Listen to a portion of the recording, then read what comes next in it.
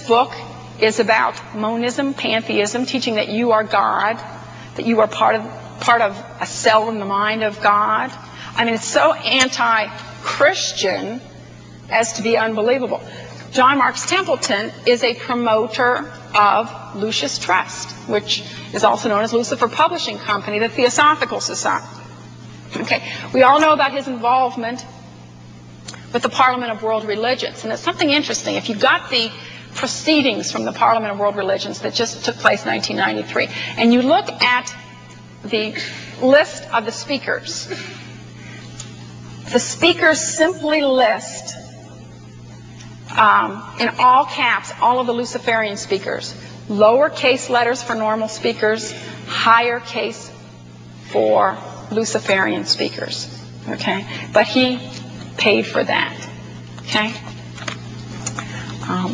I will close there, and enjoyed speaking with you. Thank you.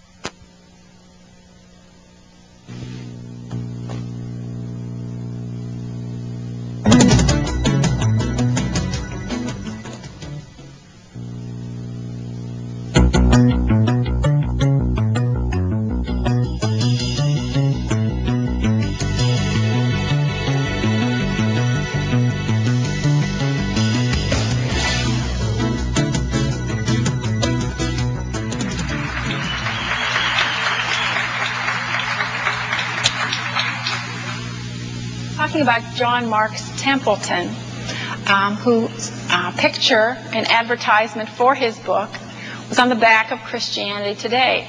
Now we might wonder, why would a supporter of a Luciferian organization be on the back of Christianity Today? And we mentioned that at the proceedings of the Theosophical Society, they said that it was through the churches. And we're going to be looking at some more examples of through the churches. Now, John Marks Templeton is not only involved with Lucis Trust, he is on the board of the American Bible Society.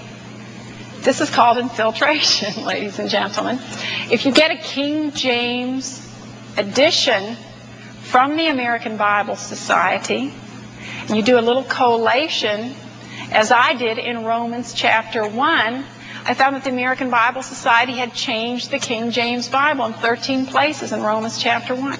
The American Bible Society changing the King James Bible and putting King James on the cover. So there were changes of spelling, changes of punctuation. And so the infiltration is very thorough. Now, something interesting about Mr. Templeton. This is a picture of his cohort. And the gentleman goes by the name of Mobius. Isn't that interesting? We just looked at what the Mobius was, that it was a symbol for the serpent, 666. Mr. Templeton's cohort, his name is Mobius. Now, he also goes by the first name Mark. I think that's very interesting. Now, I suspect his name is really not Mark Mobius, okay? But that is what he uses, all right? Now, John Marks Templeton is one of the wealthiest men in the world. He's now 84 years old. But one of his funds, his investment funds, is called the Templeton Dragon. And so it's very easy to see, just in a simple advertisement in a paper for the Mobius Fund, which belongs to Mr. Templeton, what is going on here. Okay.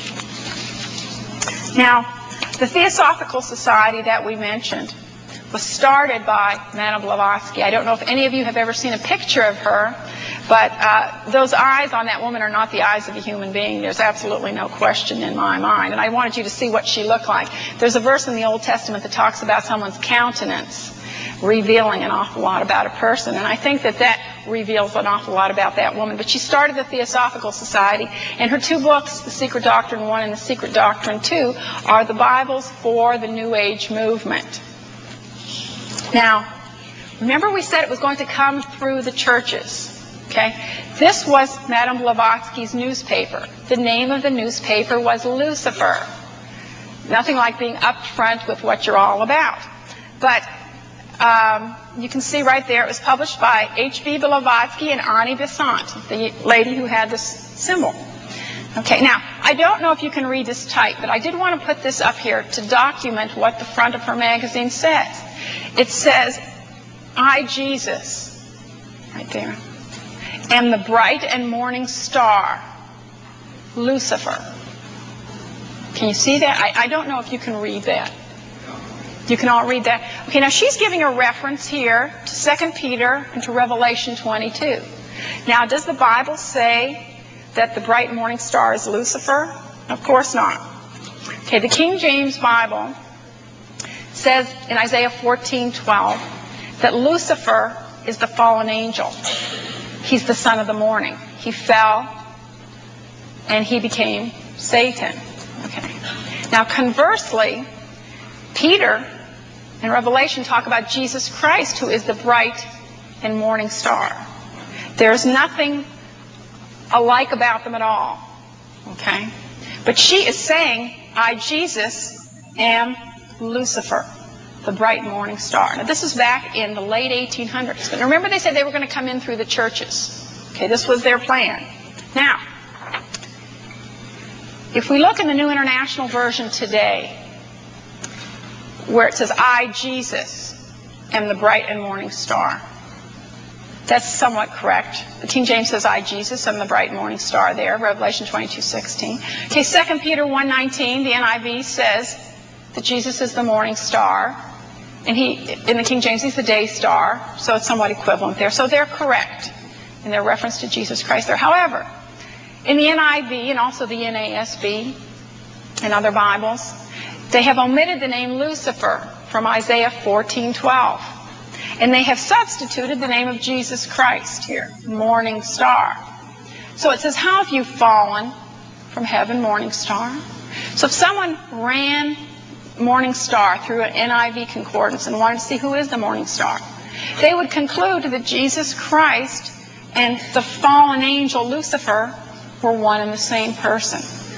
And I had a student at Kent State University ask me that very thing, and that's what propelled me into my research on this course. He said, is Isaiah 14 about Jesus Christ, as the King James Bible says? Or excuse me, is Isaiah 14 about Lucifer, as the King James Bible says, or is it about Jesus? And I said, well, certainly it's the fall of Lucifer. And he said, oh no, it's about Jesus Christ. And this young man had become very confused. And so pragmatically speaking, people are being confused by this. But this was precursed by Madame Blavatsky saying, I, Jesus, am the bright and morning star, Lucifer, over 100 years ago. Now, if you look in the Roman Catholic Latin Vulgate, and if you read it in Latin, in 2 Peter 1:19, it will say, et Lucifer oriator. When you translate that into English, it means Lucifer rising.